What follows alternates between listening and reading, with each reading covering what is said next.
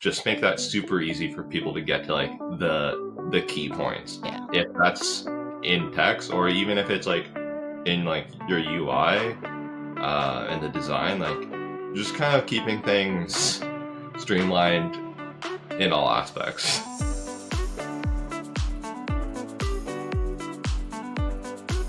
Welcome back to another episode of Click to Buy. Today I'm joined by Thomas Kimura, the founder of Brickspace Lab. He's been immersed in the Shopify ecosystem for several years, having begun his journey as a freelance developer, working super close with various different merchants. He then ventured into creating his own t-shirt brand, which has laid the foundation for his growing expertise. But over time, he had merged from his freelance business into a small agency, taking on significant clients in the Shopify ecosystem. But now, Brickspace Lab collaborates with lots of Shopify Plus brands and specializes in selling unique Shopify themes. Given this extensive background and knowledge on all sides of the e-commerce spectrum, I thought that Thomas would be the perfect guest to have on today to discuss how these small details of an online store can make a huge impact. So, Thomas, thank you so much for being my guest today here on Click to Buy. Wow, thank you. I really love that intro. That was nice to hear. Absolutely. I think like it's really important to kind of sit back and think about like where do we get Like, to far? Yeah. But cool. I'd be super curious just to like give our audience here a little bit more information about you. Obviously, I'm familiar with who you are, but Mhm. maybe like you could walk me through your journey a little bit. Like you've been before like a brand owner yourself. What's Yeah. something you think you kind of learned in that which has helped you now that you're helping kind of other brands with your Brickspace Lab themes, but also your services? What I learned starting our brand. So I'll maybe like tell you more of that story. So we started Sure, yeah. I started the it was called Here Not There, and we did these t-shirt designs with like different maps on them so you could get like your city like in a map, and it was like cool designs. And the big reason I wanted to do that was because I just learned about Shopify. I wanted to like build a Shopify website. So it was like all about learning how to build a e-commerce website in business. I learned that maybe I wasn't super excited about selling clothes online. Fair enough. And then after a year of doing it, I was like, I don't, I don't really want to do that anymore. So just didn't do it anymore. Yeah, I mean, that's fair enough. Actually, we had another guest on, AJ Saunders, and we had a long discussion about like how do you know when to pivot as a business Mhm. owner? And a lot of the work he does is kind of advising other brands on if you have a product it's not selling or you're trying to sell something but you're not selling the thing that you love to make, like how do you Yeah. make those hard decisions? So it sounds like you figured out it was time to pivot to something you enjoyed more. Yeah. I mean, I definitely enjoyed and still enjoy Yeah. like building software. Okay. Um, I think at the time the sales were also a big part of it. Mm-hmm. Uh, like, I mean, I could do a freelance project and there's no cost to it other than my time. Or if I want to make that same amount of sales in e-commerce business, there's like cost of the goods, there's like Mm-hmm. advertising, there's like all these extra things that really like eat into your profits. And I mean, I still get kind of like the glimpses of like I want to do that again, but Yeah. I don't know if I'm ready or if I have the right idea. But I did really like building like the branding and like the packaging and like shipping orders out. Like it's very satisfying to get like the cha-ching on the Shopify app. Yeah. But yeah, I mean the money just wasn't there for us, and I mean I was making money freelancing, so just There went you down that go. path. Yeah. Makes a lot of sense. I would say like it's also like you said, I think hearing just what you said, it's like exactly how I imagine a founder needs to think, you know, like what's going to make me Yeah. money? What do I need to Yeah. prioritize my time on that's going to kind of fit in both those aspects of my life, something I like to do and something that's also a living. Yeah. And like you Exactly. also said, I need to find the right opportunity and maybe I'll do it again. Yeah. Yeah. I mean, like, I'm definitely not opposed to doing an e-commerce business, but I've definitely like maybe learned a lot of the like nuances of like things that are like difficult. whether that's like scaling or shipping, Mm, um, or like margins, like advertising, like all those things. I mean, all those things would kind of have to be the perfect mix for me to like want to jump back into that. Uh, but yeah, like shipping is a whole another thing. Like if you could just get a product that like fits in a small envelope yeah, and you can sell it for the right price and you can buy it for the right price, and it's like, oh, that's perfect. there you But go. yeah. Yeah.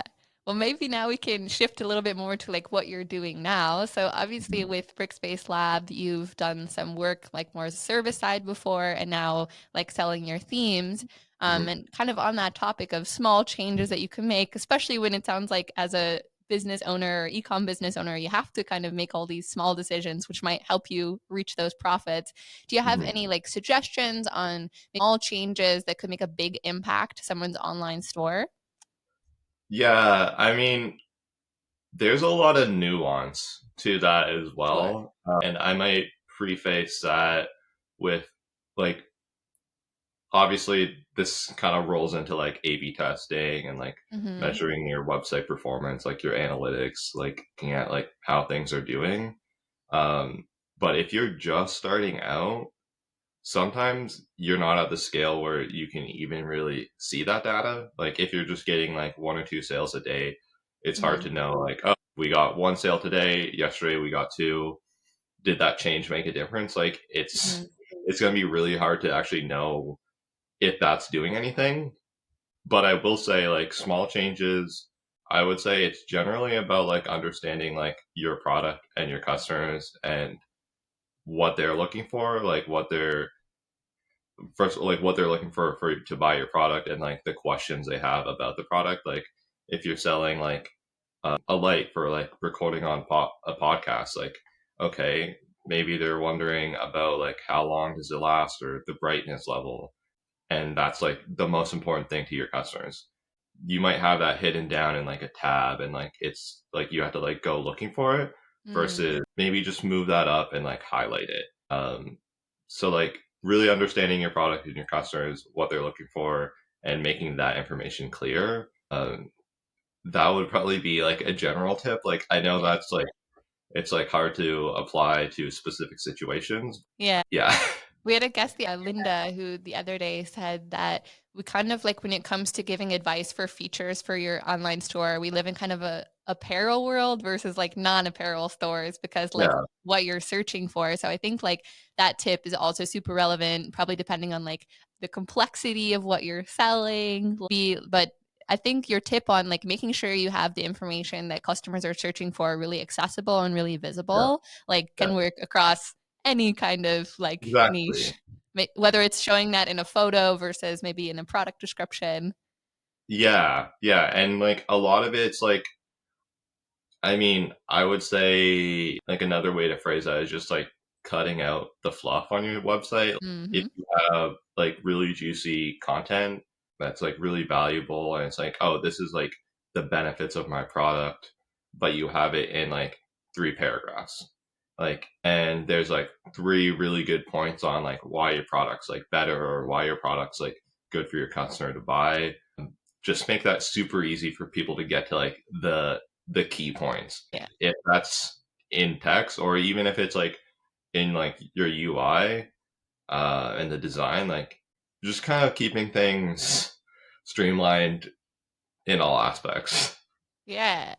Absolutely. I also wanted to say, like, kind of, I don't know why this gave me a tangent, but I know, like, I've seen Brickspace Lab has done lots of interesting reviews of like celebrity Shopify stores. And one Uh, thing that I've noticed in like their designs is a lot of them, although they break like the conventional rules, are more like minimalistic or simplistic.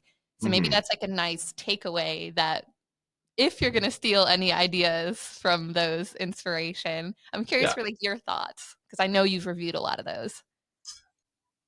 Well, yeah, I mean, I feel like a lot of the celebrity websites will tend to like highlight like the celebrity brand, like Mhm. the person more than the product. And I mean, I don't know if that's really like a lesson for everyone's online store because Yeah, I true. feel like most people don't have a celebrity brand. Yeah.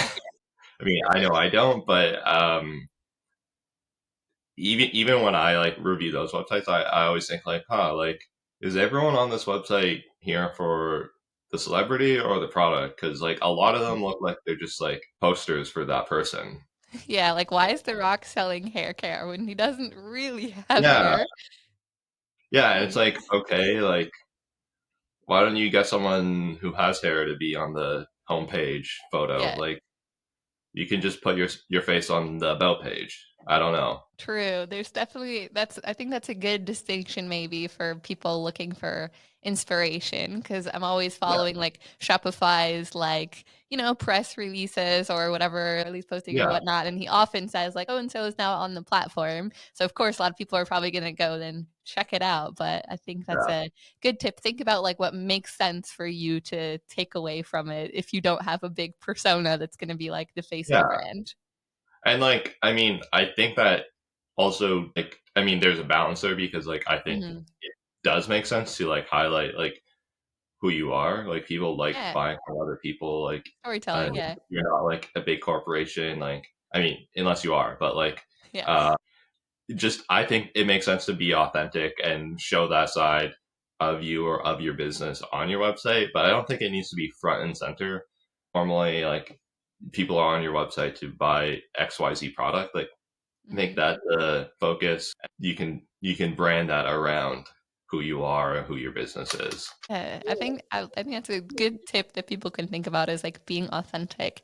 Maybe kind of moving on that topic, if you were going to advise like an e-commerce brand on, let's say they have your theme, they're setting up their store, how would you advise them to approach like thinking about how to fill in all this like information in an authentic way kind of consistently, like whether it's matching kind of the style of their product descriptions to their messaging on like their pages, like Mhm. do you have kind of an approach you've seen that's worked really well? I would say consistency is the thing I would kind of go for in terms of Mhm. that.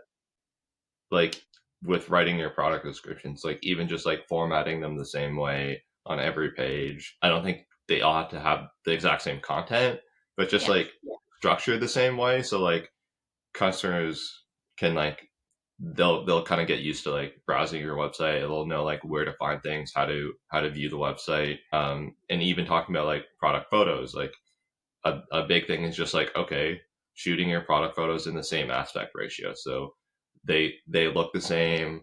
It looks more consistent, and people just it just looks better. Yeah, absolutely. I think that's a really good tip as well. So, I think anyone who tunes in know that the podcast is hosted by Instant, which is a page builder. And some things we've seen when people are trying to like design landing page sections, for example, from scratch, is sometimes they'll make like a product slider, but their images are all different sizes. So to make that like look good, sometimes you either have to alter your photos or like there are ways where you can like adjust the spacing. So maybe like everything's aligned on the bottom, but if you had like planned in advance to try to like match everything, it would look a lot more visually appealing without a lot of having to learn the intricacies of like how to do that design work. Mhm. Mhm, mhm. Yeah, no, that's I mean, I've noticed that so many times. Like Yeah. people have like a really tall like portrait photo and then like a Hmm. square photo and like it's I mean, you definitely can use mixed aspect ratio photos like in different Yeah, layouts. sure. I think that has to be like more intentional and you can kind of tell when people just have a bunch of photos maybe on their camera or their phone and then just like upload them all and then just put them all on one page and it's like whoa, it's the layouts everywhere. Yeah. So definitely try and shoot all your photos in the same aspect ratio, probably the same like lighting and style and all that, even better or minimum same aspect ratio, at least for photos that are like in the same section. Sure. Yeah. That makes a lot of sense. And I think that's like Mhm, a really good takeaway as well for people who are trying to make those small tweaks on their online store. mhm. Maybe I know we've talked about like what like brands that are growing can do, but for a brand that's a bit more established, do you have any advice for what sort of things that they could like A/B test or tweak with if they actually have like enough traffic to see a valuable like result from that? Yeah. Okay. If you have I'm just some. like, I'm Yeah. just trying to like think. It could also be like industry specific because I know like you could literally A/B test anything. Yeah, yeah. Yeah. I mean, like I've seen some brands like they'll like A/B test like showing or hiding the prices on a collection page, Mm. and some brands it makes sense for them to just not show the prices, which seems counterintuitive and like probably Yeah. would make sense for a lot of brands. But, it works for some businesses where you want people to just like click into the product and like read about it. Um, versus like just staying on kind of the product grid. So I mean like that's an example of like something you would think is like, huh, like that doesn't make sense. But really you can you can kind of test anything. I know like a lot of brands like they'll have like really intricate like landing pages and like all these banners and stuff. And like I've seen other brands test where they'll kind of get rid of all that and then just like make their landing page just their products. So it's like Mm. just a grid of products. You land on the website. Here's what we sell. Like Check it there's out. no like fancy banners or videos. Like here's what we sell. Like do you want one? That's great copy. I love it. Like that would be Yeah, actually a very like avant-garde landing page. This is what yeah, we sell. You want one? yeah. But yeah, I mean, like it's hard to. I mean, it's hard to say like exactly like oh here you got to go in and test these five things like they're not going to work for everything. That's why you have to Mhm. test them every single time because someone could just suggest it. It might work for this brand and then you go in and it does not work at all. I think another thing like to I mean mention like I've already mentioned like nuance. I know like A/B testing like a lot of things will work for brands on desktop and then on Mm. mobile completely different. So like there might be some things like, oh, that did really well on desktop, but on mobile, they actually want to see the prices.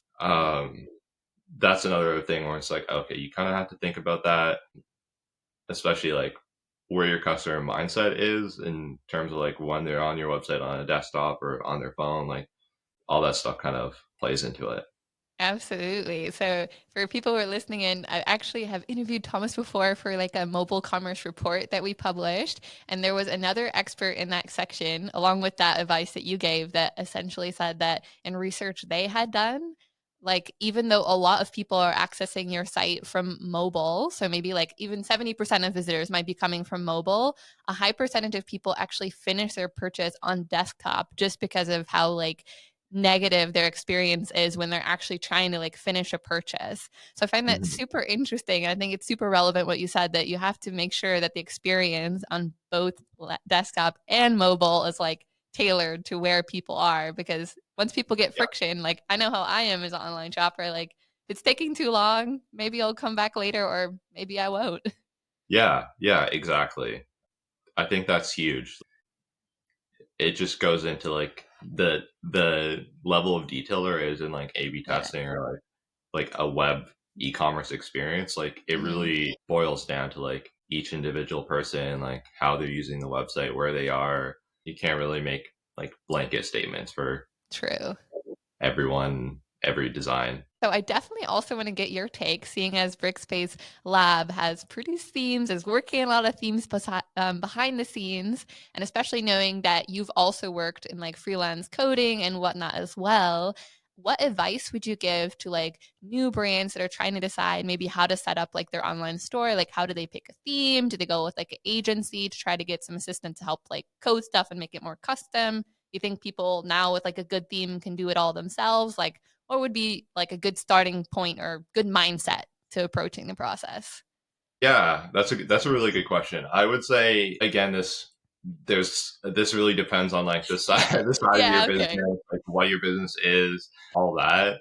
But I would say first and foremost, like understand your product, and then look at like how people are buying that, and then maybe look at like some inspiration, like what other similar brands or websites are using, and then maybe from there you can like make a list of like features you want. Like if you're selling shoes, you might want like a size guide, or you might want like a store location finder.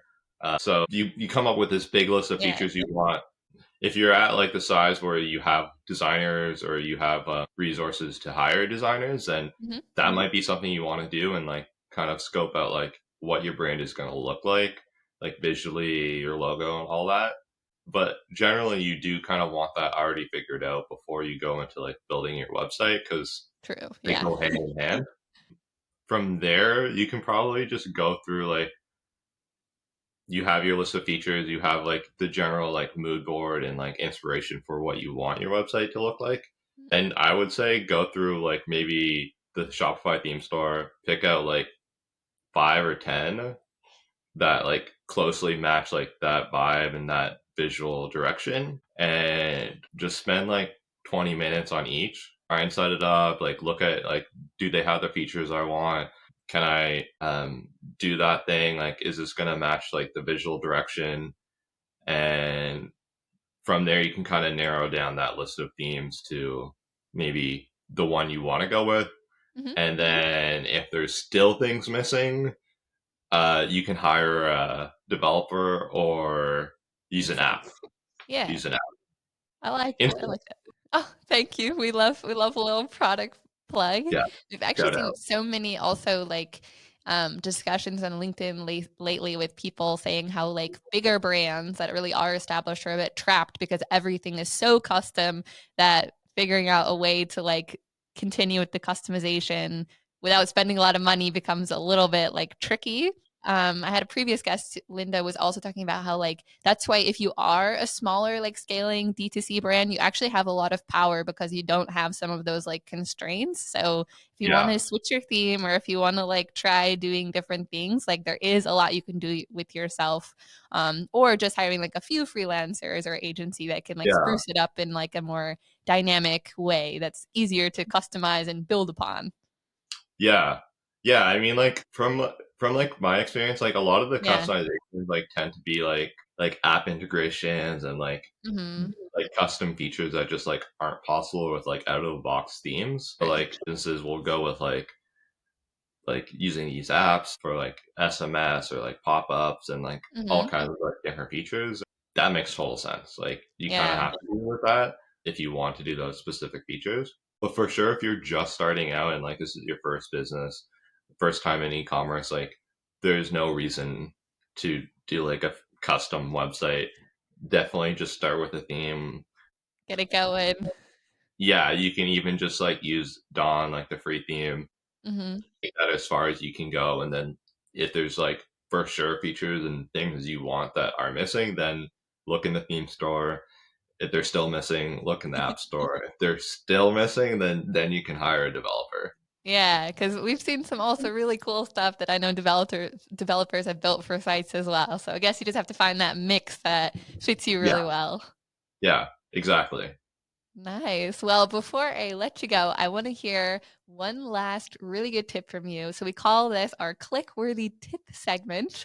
So this can be a little clickbaity tip that you have for our audience based on your experience on something that can help them with the conversion funnel. It's really up to you on what the tip is, but just something that can help them anywhere from the first promotion to the final click or trying to retarget anywhere along the spectrum. Little tip you have. I would say make your shipping and handling and your returns, everything involved in that very clear. Like, what is your shipping policy? When can customers expect their package? What is your return policy? Can I return this product? How do I return this product? That's a common and pretty big concern people have, like buying things like, oh, like, will I get this in time? Like, can I return it if I don't like it? Like, almost every product, people will have those questions. So putting that somewhere on your website, making it clear, making it accessible, shipping concerns, questions, put it on your website. Put it there. Make sure that's not another reason why people are hesitating. Yeah, exactly. Exactly. I love it. Well, thank you for that great click-worthy tip. I think that's something that anyone can who's selling something online can learn from. I guess unless it's a digital product, but then I guess they still want to know where to find it in their inbox. Yep. and they Uh, might have questions about refunds or returns, yeah, and sure. There's still going to be something there. So all of those details, find the right place. yeah. Well, Thomas, before I let you go, I of course know where to find you, but maybe my listeners will not. So if anyone's Mhm. still listening, thank you very much, first of all. And second of all, can you tell them where they can find you and Brickspace Lab online? Yes. So you can check out our Shopify themes on the Shopify theme store. We have Hmm. paper available now. We have our new theme space coming out soon. It's in review right now. There's no date, but it will be coming out soon. Other than that, you can. I'm on social media. I'm on LinkedIn You and can find Twitter, him. and yeah, I'm there. I'm He's there. there. He's there with the good tips. So if you just met Thomas in this episode today, you know where to go. Well, Thomas, thank you so much. I really enjoyed having you today on Click to Buy. Thanks for having me. This was fun. It was short and Absolutely. sweet, and we kind of got to the point. I got through it. It's great. What more to love? So, for everyone listening in, thank you very much. Again, I'm your host, Becca, and be sure to like and subscribe so you can get some more episodes of Click to Buy. And until next time, keep turning those clicks into buys.